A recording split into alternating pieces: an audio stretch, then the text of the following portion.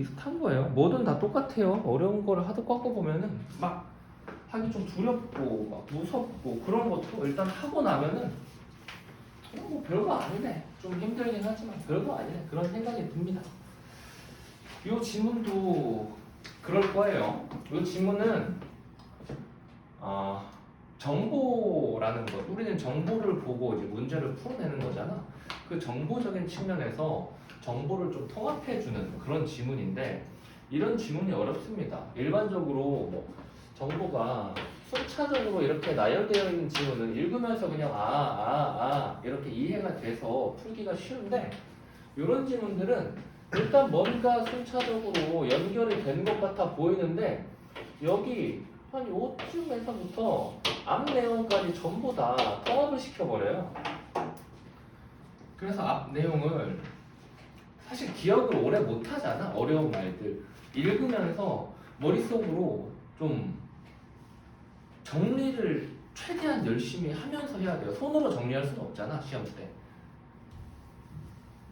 그래서 우리가 뭐 완전한 독해, 완전 독해를 목표로 독해 공부를 하고 연습을 하는 거긴 합니다만 실제 시험장에서는 그렇게 못 하거든. 최대한 내가 어떻게 할 수 있을까? 최대한 잘할 수 있는 방향으로 좀 평소에 연습을 어려운 거 가지고 좀 열심히 해야 됩니다. 봅시다. 이것도 그냥 읽어가면서 순서대로 그냥 쭉 나갈 거예요. 논리실증주의자와 포퍼 이 둘을 같은 그룹으로 묶어놨는데 이름이 다릅니다. 그러면은 기본적으로 뭘까요? 비슷한 점도 있고 다른 점도 있다는 건데 비슷한 점이 더 많다는 의미겠지. 같은 집단으로 묶어놨되 이름만 구분을 지어놓은 거는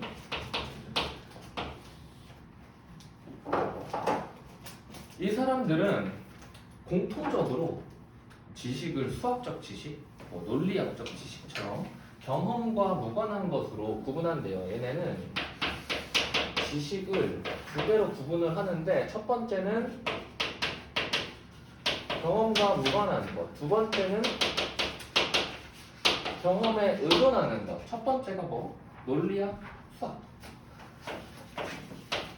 논리 그리고 수학 그리고 이 아래가 과학적 지식입니다. 그리고 이게 주인공이죠. 이 과학적 지식은 누적이 된대요. 얘가 왜 누적이 될까? 경험과 관련이 있으니까 경험에 의존을 하니까 경험이 쌓일수록 누적이 되어가는 방향으로 과학적 지식이 많아진다 요건데 요 녀석은 누적이 되는데 그 누적되는 방법이 과학적 방법이래요. 과학적 방법. 그럼 그 과학적 방법이 과연 뭘까? 이제부터 설명을 해주는 겁니다. 자, 과학적 지식의 후보가 되는 것이 가설이래요. 근데 과학적 지식이 과학적 방법으로 누적이 되는 건데 과학적 지식이 아직 못된 후보인 가설이 있답니다. 가설. 이 가설이 어떻게 하면은 과학적 지식으로 누적이 될 수 있을까? 궁금해야 돼. 그들은 가설로부터 논리적으로 도출된 예측, 가설로부터 예측이 논리적으로 도출된대요. 요 예측을 관찰이나 실험과 같은 경험으로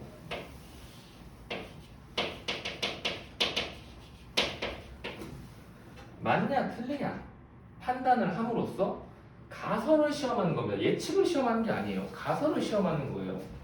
여기가 좀 이상한 겁니다. 과학적 지식이 과학적 방법으로 누적되는데 이 가설이라는 것을 시험을 해서 가설이 경험에 의해서 뭐 맞거나 틀리거나 이런 결과가 나왔을 때 지식으로 누적을 시켜주겠다 이거예요. 얘가 합격을 하면. 근데 요 과정은 사실상 예측을 경험을 하는 방법이잖아요. 그런데 요 가설, 예측, 경험, 실험 요 과정이 바로 가설을 시험하는 과학적인 방법이래요. 결국 우리가 집중을 하고 있는 것은 가설이 시험에 통과를 해서 지식으로 누적이 될 수 있을까 없을까 요거예요. 그 방법이 이거인 거고. 그러면 과연 가설이 지식으로 누적이 되려면은 어떻게 해야 될까? 이 경험에서 경험으로 예측이 맞거나 틀리거나 요거를 구분 지어야 되는데 논리실증주의자와 포퍼는 각각 다른 이야기를 합니다. 어떻게? 논리실증주의자는 예측이 맞으면 가설을 지식으로, 그쵸? 예측이 맞으면. 논리실증주의자는 예측이 맞으면. 포퍼는 여기서 이제 차이점이 나오는 거죠. 예측이 틀리지 않으면입니다. 예측이 틀리지 않으면이 뭐예요? 그러니까 예측이 맞다고 볼 수 없을 때에도 가설을 지식으로 누적시키겠다 이 이야기죠. 그럴 경우에 요 예측을 논리적으로 도출한 이 가설이 지식으로 하나씩 추가가 된대요. 이 사람들이 제일 중요시하는 거는 이 전까지 쌓여왔던 지식에서 추가적으로 새로운 지식이 누적되고 있는 과정이에요. 그래서 이 전까지 지식을 굉장히 강조하고 있죠. 이 전까지 지식을 여태까지 누적되어 온 것, 그리고 새롭게 뭔가가 추가되는 것, 이 전 것을 거의 뭐 불변하는 느낌으로 이야기를 하고 있는 거야. 그래서 이전 누적 지식을 드러나 있진 않지만 굉장히 강조를 하고 있는 겁니다. 사실상 여기에서 16번 문제가 풀려요. 16번 문제를 보면 윗글을 바탕으로 기업과 니은이 모두 아니오라고 답변할 질문은 니은은 아직 나오지도 않았는데 어떻게 풀려요? 그런 경우가 있습니다.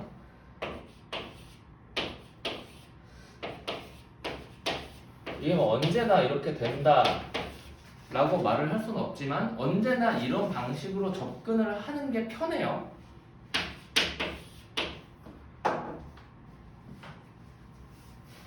보면 많은 문제들은 한 가지 정보를 물어보지 않거든. 두 가지를 물어봐. 두 가지를.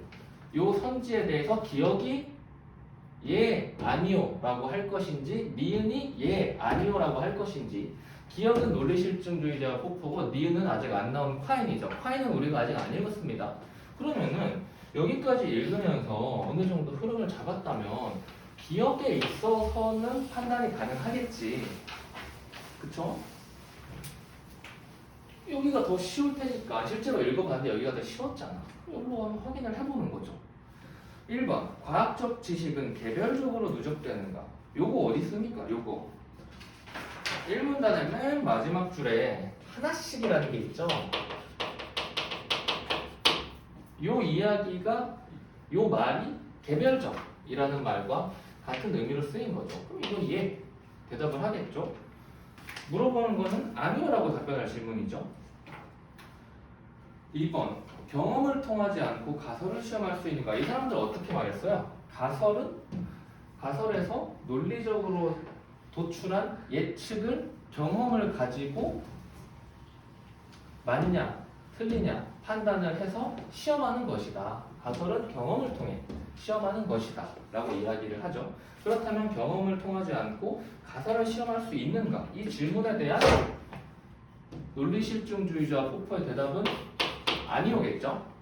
3번 보면 경험과 무관하게 참여되는 지식이 존재하는가? 여기 있었죠. 요 녀석. 경험과 무관하게 참여되는 논리학적, 수학적 지식이 존재합니다. 4번 예측은 가설로부터 논리적으로 도출되는 거라고 이 사람들이 이야기를 하고 있죠. 그리고 5번 수학적 지식과 과학적 지식은 종류가 다른 거죠. 얘들은 경험과 무관한 것, 얘는 경험에 의존하는 것. 그래서 종류가 다른 거다. 아, 둘 다 아니오라고 말할 만한 성질을 찾는데 기억 얘 하나만 봤는데 나머지 다 얘고 하나가 아니오야. 그럼 당연히 얘가 답이겠지. 요 문제는 의도적으로 1문단에서 보고 풀라고 낸 겁니다. 실제로 화인까지 읽고 나서 요 질문에 대한 대답을 찾으려고 하면은 더 헷갈려요. 할 수 있는 것부터 정해서 먼저 하는 거다. 10개의 질문 중에 5개를 먼저 판별을 한 거예요. 그 과정에서 이렇게 하나가 답이 나올 수도 있지만 보통 한 2개 정도가 남습니다. 2-3개 정도. 나머지는 판별이 되고, 그럼 그 남은 질문에 대해서만 콰인으로 잣대를 대고 확인해주면 되는 거겠죠? 무조건 간단하게 만들어야 돼. 잔머리를 계속 써야 돼, 시험에. 시험까지 우리가 일구어낸 능력, 이 시험지를 딱 펼친다고 갑자기 막 상승하지 않잖아? 그때부터는 이제 이거의 싸움인 거야. 이 문단을 가보면은, 자, 하지만 파이는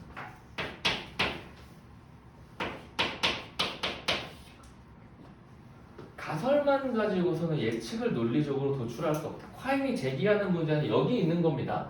가설을 가지고 예측을 논리적으로 도출하는 게 이 사람들이 이야기하는 과학적 방법의 시발점이잖아. 이게 시발점이잖아. 근데 요게 맞지 않대요. 이럴 수가 없대요. 그러면 어떻게 하면은 예측을 논리적으로 도출할 수 있을까에 대해서 당연히 궁금하겠죠. 그래서 이 사람이 말해줍니다. 예를 먼저 들었어요. A는 가설이고요. B는 예측이죠. 그런데 이것만으로는 안 되니까 기존의 지식이랑 그리고 여러 가지 조건을 합쳐야 된대요. 그래서 여기에서 기존 지식도 있어야 되고 여러 조건도 합쳐야 된대. 그래야만 예측을 논리적으로 도출할 수 있다고 이야기를 하는 거예요. 그리고 요 기존의 지식들 그리고 여러 개의 조건들을 모두 포함하는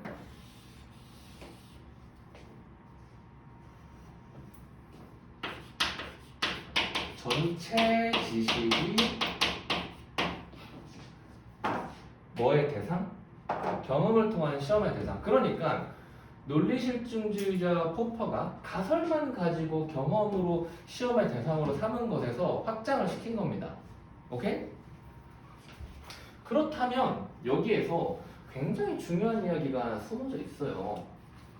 이 사람들이 중요시하게 생각했던 건 뭡니까? 여태까지 누적되어 왔던 지식입니다. 과학적 지식의 차원에서. 그리고 요거는 누적이 되는 거니까 사실상 거의 변하지 않는 거란 말이야.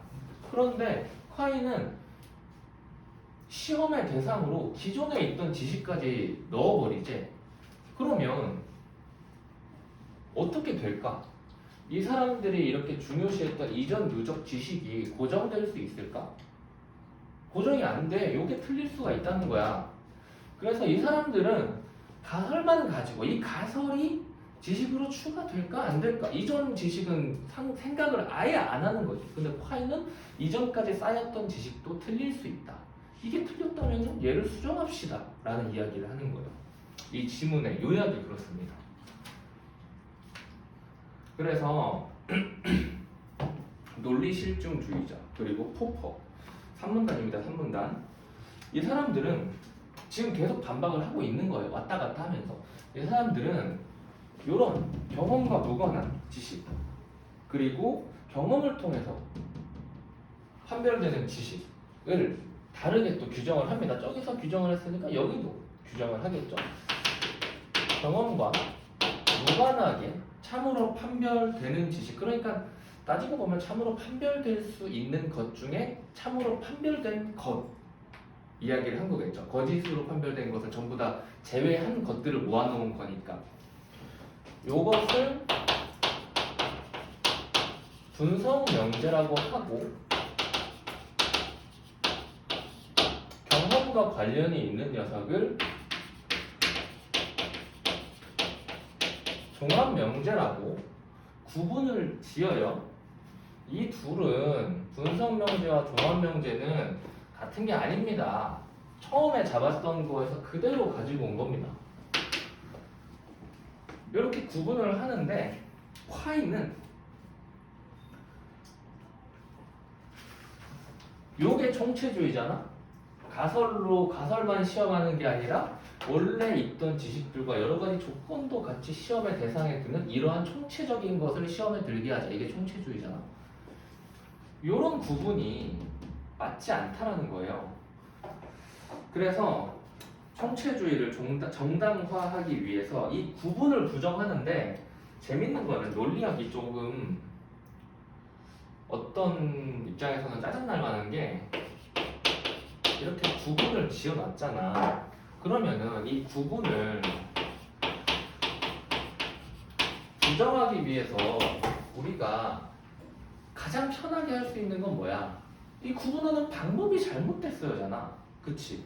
구분하는 방법이 잘못됐어요. 구분하는 기준이 잘못됐어요. 이런 이야기를 하겠죠? 그래서 구분 방법이 틀렸다라고 이야기를 하는 게 있는데, 논증에서는, 아니 논리 쪽에서는 요게 아니라 우리가 지문에서 많이 볼 수 있는 것 중에서는 이런 것도 존재합니다. 구분 방법을 부정하는 게 아니라 구분 대상이 잘못됐다 이거예요. 요게 무슨 말이냐? 분석 명제는 제대로 된 논증으로 증명되지 않는다예요. 그래서 이걸로 논증을 해봤다 이겁니다. 어떤 논증을 합니까? 논리실증주의자와 포퍼는 이렇게 구분을 한대요. 논리실증, 콰인의 논증이지만은 일단 논리실증주의자와 포퍼의 입장을 보는 겁니다. 이 사람들은 이렇게 구분을 했대요. 총각은 총각이다. 이것은 동호 반복 명제입니다.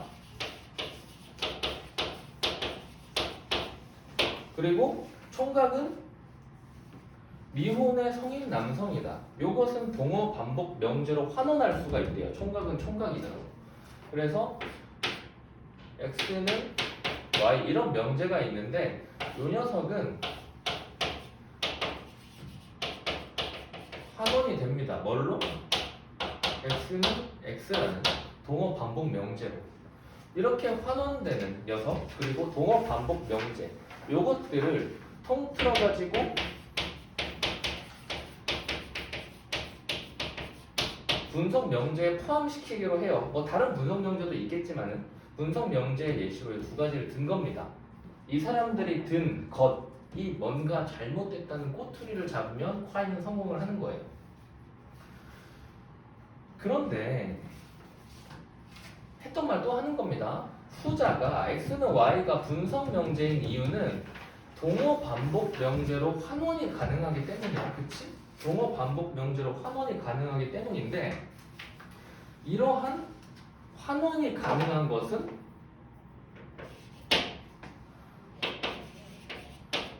환원이 가능한 이유는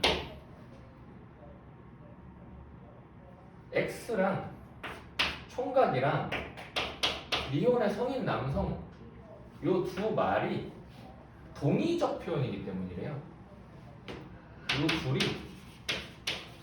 동의적 표현이래요. 그냥 받아들여야 됩니다. 이렇게 논증을 하는구나. 뭐 이런 논증이구나. 이게 완벽하게 이해가 안 되면 키워드들의 흐름만 잡으셔도 괜찮아요. 이게 동의적 표현이기 때문인데, 이것만으로는 두 표현의 의미, 총각과 미혼의 성인 남성이라는 두 표현의 의미가 같다는 걸 보장할 수 없대요. 이게 무슨 말이냐면은 의미에서 내가 첫 시간 때 핵심 단어 이야기를 하면서 핵심 단어를 뭘로 설명해야 될까? 고유명사 물음표 쳐놓고 짝대기를 그어놨잖아. 그 짝대기 기억나니? 기억나? 그렇게 짝대기를 그어놓고 우리가 동그라미 쳐야 될 단어는 뜻을 정의해주는 단어, 그리고 지문 내에서 쓰이는 누군가의 이름, 그리고 따옴표, 요게 동그라미 치자고 했었어. 거기서 고유명사를 안 쓰는 이유는 고유명사에 대해 설명하기 위해서는 지시와 의미라는 것의 개념을 알아야 되는데 그 개념 역시 기출 지문 하나에 그대로 쓰였을 만큼 이해하기가 쉽지 않습니다.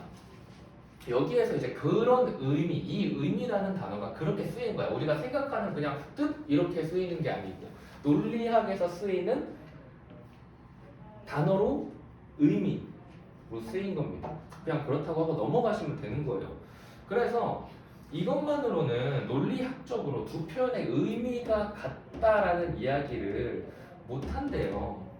그래서 이것만으로는 의미가 같다는 것을 보장하지 못해서 얘를 어떻게 해야 되는가 봤더니 동의적 표현은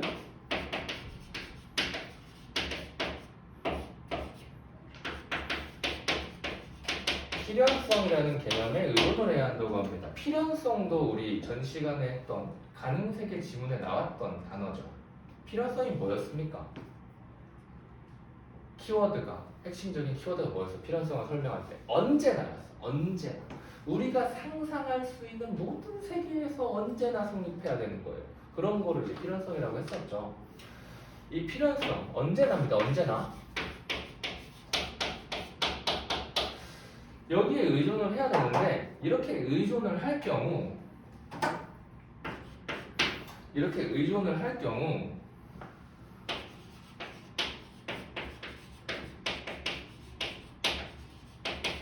동의적 표현은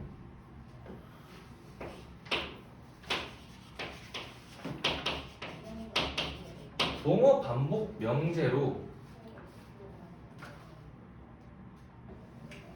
가게 된대요. 그러면 처음에 이야기했었던 동어 반복 명제가 있고 동의적 표현이 동어 반복 명제로 환원이 가능하다는 말이 사실상 의미를 잃어버린 거예요. 얘도 동어 반복 명제고 얘도 동어 반복 명제인 겁니다. 그러면은 이 동의적 표현을 증명하기 위해서 동의적 표현이 분석 명제인 이유를 증명하기 위해서 진행한 논증의 결과는 분석 명제 얘도 분석 명제라고 하고 시작을 했으니까 그쵸? 분석 명제는 분석 명제이기 때문에 분석 명제이다라는 결과가 나오는 거예요. 그런 거를 이제 순환론이라고 합니다. 저는 이상원이기 때문에 이상원입니다. 그런 얼토당토한 오류를 범하게 되는 거죠. 그래서 얘는 요렇게 여기로 가야겠네요. 이렇게 순환을 하게 되는데 분석 명제로 다시 돌아오게 되면 어떻게 돼? 다시 시작을 해야 되는 거잖아. 계속 돌고 도는 오류에 빠진 거죠. 그래서 콰인이 하고 싶은 말이 뭐다?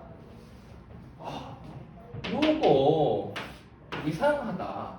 그래서 이 구분도 하지 말자는 거예요. 어렵지. 그러니까 여기서 문제가 나오지. 자, 그래서 콰이는 이런 식으로 하니까 얘는 이런 구분의 근거가 없다. 그럼 어떻게 해야 돼? 지금부터 내가 설명을 해줄게. 내가 설명하는 대로 하자라고 하는 겁니다. 콰이는 분석 명제랑 종합 명제가 지식을 엄격하게 구분을 하잖아. 경험과 무관한 것, 경험에 의존하는 것. 이렇게 구분하지 말제. 왜냐? 이렇게 구분한 결과 이런 느낌으로 오류가 발생을 해버렸으니까 이렇게는 하지 맙시다. 그럼 엄격히 구분하지 않으면 뭐야? 엄격히 구분하다에 부정을 구우면 뭐예요? 엄격히 구분하지 않음이잖아. 엄격히 구분하지 않는 거야. 화인의 해결책은. 그래서 지식을 엄격히는 구분하지 않습니다. 대신에 어쨌든 구분을 하기는 해요. 그래서 중심부 지식과 주변부 지식으로 요 전체 지식을 구분을 하기는 하는데, 이 중심부 지식은 경험과 직접 충돌하지는 않고 주변부 지식의 토대가 되고 뭐 지식들의 핵심에 있는, 난 중심에 있다 이렇게 이야기를 하고 지식의 범위를 만약 산정을 해보면 주변부는 중심부를 이렇게 싸고 있습니다. 그래서 우리가 이 경험을 했을 때 뭔가 문제가 일어나면 일단 주변부 지식으로 충돌을 한다는 거예요.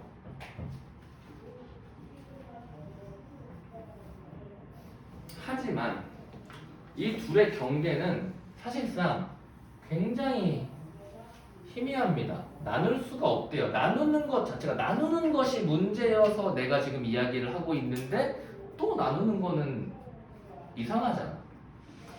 그래서 굉장히 모호한 느낌으로 가는 겁니다. 그래서 다음 부분부터 읽어보면, 수학적 지식이나 논리학 지식은 중심부 지식의 한가운데에 있어서 3원단의 중간 부분에서 읽고 있는 거예요. 중심부 지식의 한가운데에 있어서 경험에서 가장 멀리 떨어져 있기는 해. 이 중심부의 최중심부에 요 녀석들이 있대요. 그렇다고 하더라도 요게 완전히 무관하지는 않은 거지. 어떻게? 이 이후에 문장에서 이해를 할 수 있는데, 주변부 지식이 경험과 충돌을 해서 거짓으로 밝혀졌대요. 어떠한 특정한 주변부 지식이 거짓으로 밝혀졌대. 여태까지 참이라고 생각했는데. 그런데 이랬을 경우 어떻게 수정을 해야 될까? 그냥 뭐 이 그림대로만 보면은 여기만 이렇게 수정을 하면 되겠지. 근데 어떤 경우는 요게 이 깊이까지 파고들 만큼 날카롭다 이거예요. 이렇게 될 경우에는 실용적인 목적을 위해서 중심부 지식을 수정할 수도 있대. 어떤 방식으로? 지금 지식을 수정하고 있는 거잖아. 어떤 방식으로 기존에 있었던 전체 지식을 수정함으로써. 그래서 이 전체 지식에 뭐 주변부 지식, 중심부 지식 이런 게 있고, 주변부 지식을 수정하는 것도 뭐 사실상 전체 지식을 수정하는 건데, 어쨌든 콰이는 이렇게 엄밀하게 구분을 하지 말고 미묘하게, 모호하게 일단 구분은 하되 전부 다 수정의 대상이 될 수 있고, 이 녀석들을 수정하는 이유는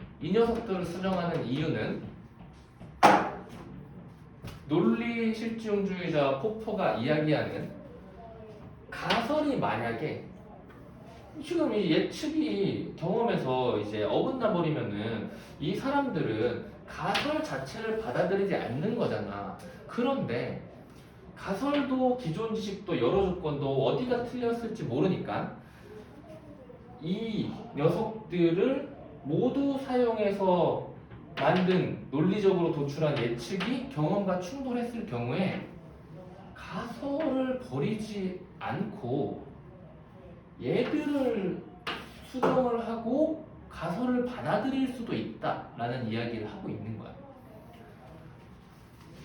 그래서 이 이야기를 하기 위해서 맨 처음에 이렇게 잡은 겁니다. 이게 통합이 되는 거예요. 그러니까 어렵지. 근데 문제 자체는 괜찮아요. 문제 자체는 괜찮아요. 이게 이해가 안 되니까 이제 다 안 풀리는 거긴 한데, 배분 자체는 괜찮게 해주셨습니다. 자, 어디 있냐? 16번 문제는 풀렸어요. 재밌습니다. 이게 1문단, 2문단 3문단 그리고 4문단 5문단으로 이루어져 있는데 1문단에서 16번 문제가 풀렸잖아. 그리고 어려운 부분이 뭐였니? 요 논증 부분이죠. 논증 부분. 이게 3문단이지. 논증 부분 이야기가 17번에서 나옵니다. 17번에서. 이 논증을 이해를 했다면 4번 선지. 화이는 분석 명제가 무엇인지 동의적 표현의 의존, 동의적 표현은 필연성 개념의 의존, 이 필연성은 다시 돌아서 분석 명제에 의존한다고 본다. 순환론이다. 라고 이야기를 해서 17번에 답 4번이 여기서 나오는 거예요. 하지만 다른 선지도 보긴 봐야겠죠. 1번 볼까요? 포퍼가 제시한 과학적 방법에 따르면 예측이 틀리지 않으면 지식으로 인정이 되는 거예요. 이 둘을 바꾼 겁니다. 논리 실증주의자 포퍼의 이야기를. 그래서 논리 실증주의자 입장으로 이후 부분을 이야기를 한 겁니다. 그래서 1번 틀렸고요. 2번 선지 보면은 17번에 17번 논리 실증주의자에 따르면 총각은 미혼의 성인 남성이다. 이거 뭐였죠?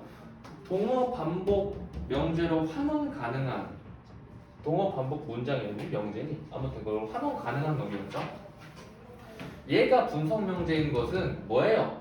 경험과 무관해야 되는데 총각을 한 명 한 명 한 명 전부 다 조사하는 건 뭐야? 경험이지. 그래서 2번도 틀린 겁니다. 3번 보시면은 화이는 관찰과 실험에 의존하는 지식, 관찰과 실험에 의존하는 지식이 뭐였어요? 관찰과 실험에 의존하는 지식. 여기에서 봐도 되고 화인의 분류로 보는 게 더 좋겠죠? 화인의 분류는 중심부 지식과 주변부 지식을 어디서 구분하고 있니?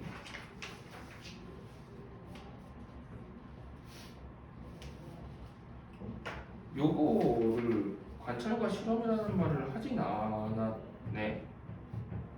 그쵸? 3문단에서 관찰과 실험을 그러면은 애초에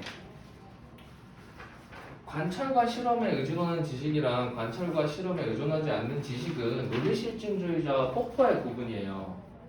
콰인을 가지고 이 논리실증주의자와 포퍼 구분법을 썼으니까 그것부터가 다른 거고요. 그리고 얘네를 콰인이 통합하자 중심부와 주변부로 이걸 중심부 이걸 주변부로 통합해가지고 경계를 좀 모호하게 만들자라고 이야기를 했어도 근본적으로 다르다라고 말을 못하는 거지.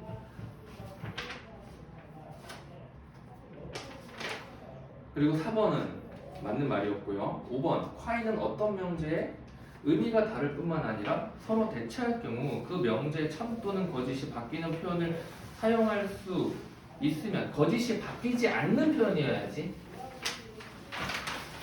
그래서 17번이 요 논증을 제대로 봤냐 못 봤냐에 따라서 3문단에서 나왔고요. 18번은 3점짜리입니다. 3점짜리고 A, B, C에 대해서 물어보는데 2문단에서 A, B, C가 나왔지만 이 2문단을 읽는다고 답이 나오진 않아요. 요 녀석에 대한 내용이 4문단에서 이어집니다. 그래서 3점짜리 문제는 2문단이랑 4문단을 근거 문단으로 사용한 거예요. A는 가설, B는 예측, C는 전체 지식이에요. 그대로 이제 보면서 A, B, C가 뭐지 하지 말고 그대로 그때그때 치환하면서 생각을 해야 됩니다. 1번 보면은 예측이 거짓으로 밝혀지더라도 그것이 가설 때문이라고 단정하지 못하죠. 총체주의에서는 전체 지식의 문제였을 수도 있다 이겁니다. 그리고 2번 예측이 거짓으로 밝혀지면 전체 지식의 어느 부분, 중심부를 수정할지 주변부를 수정할지는 실용적 필요에 의해서 달라진다. 그리고 3번 예측은 가설과 전체 지식으로부터 논리적으로 도출되는 거죠. 4번 예측이 거짓으로 밝혀지면 예측은 전체 지식의 주변부에서 일단 경험과 직접 충돌합니다. 그 이후의 상황은 깊이 들어갈 수도 있고 아닐 수도 있는 거고. 다음은 5번이네요. 예측이 거짓으로 밝혀지면 C를 수정하는 방법으로 가설을 받아들일 수 있는 거예요. 그쵸? 전체 지식을 수정하면서 가설이 정말 치명적이다. 이거 받아들여야만 해. 라고 하면은 이걸 수정하겠다는 거야. 굉장히 유도리가 많이 생긴 거지. 딱딱했던 상태에서. 19번 봅시다. 윗글의 총체주의에 대한 비판으로 가장 적절한 것은, 요거는 좀 문제 풀 수 있으면은 편하게 접근을 할 수 있는데, 지문에서 총체주의에 대해서 뭔가 딴소리를 한 부분이 딱 한 군데 있지. 어디야? 총체주의에 대해서. 총체주의에 대한 설명이 아니라 총체주의를 평가하잖아. 맨 마지막 문단에서. 맨 마지막 문단이 이렇게 나오면 뭐라 그랬어? 이거는 맺은말로 쓰이는 거라 그랬잖아. 맺은말의 역할은 정리, 의의를 이야기해 주는 거라고. 그래서 맨 마지막을 보시면요,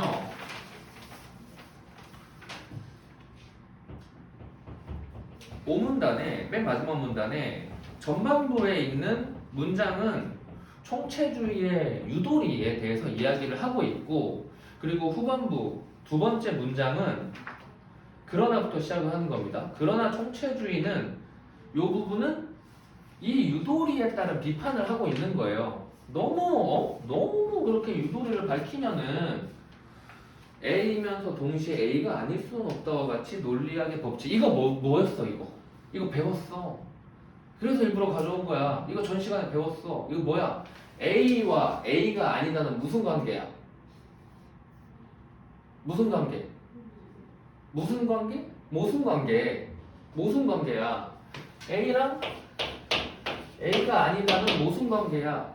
이 둘이 동시에 참이될 수 없다라는 법칙을 그대로 용어로 바꿔서 무모순율이라고 전 시간에 했던 수능 지문에서, 가능세계 지문에서 그대로 지문에 쓰여 있었죠.